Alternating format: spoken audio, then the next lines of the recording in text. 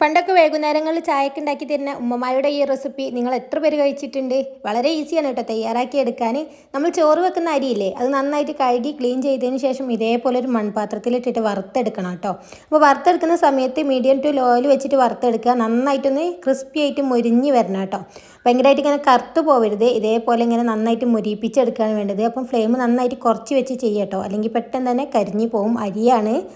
ഇപ്പോൾ ഇതേപോലെ ആയതിനു ശേഷം നമുക്ക് ഫ്ലെയിം ഓഫ് ചെയ്തിട്ട് വെക്കാം കേട്ടോ. ചെറുതായിട്ട് ഈ ഒരു ചൂടൊക്കെ പോയിട്ട് ആ ഒരു ക്രിസ്പ്നെസ് ഒക്കെ പോകുന്നതിൻ്റെ മുമ്പ് തന്നെ ഇതിലോട്ട് തേങ്ങ ഇട്ട് കൊടുക്കണം കേട്ടോ.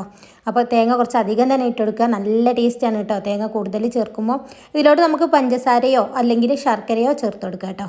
ഞാനിപ്പോൾ പഞ്ചസാരയാണ് ചേർത്ത് കൊടുക്കുന്നത്. നിങ്ങൾക്ക് ഏതാണോ ഇഷ്ടമുള്ളത് അത് ചേർത്ത് കൊടുക്കുക.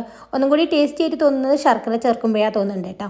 അപ്പോൾ നന്നായിട്ടൊന്ന് മിക്സ് ചെയ്ത് കഴിഞ്ഞാൽ വേണമെങ്കിൽ നിങ്ങൾക്ക് ഏലക്കായപ്പൊടിയൊക്കെ ചേർത്ത് കൊടുക്കുക. അപ്പോൾ അതൊന്നും വേണ്ട കേട്ടോ, ഇങ്ങനെ തന്നെ കഴിക്കുക. അടിപൊളിയാണ്. ട്രൈ ചെയ്ത് നോക്കുന്നുണ്ട് കേട്ടോ.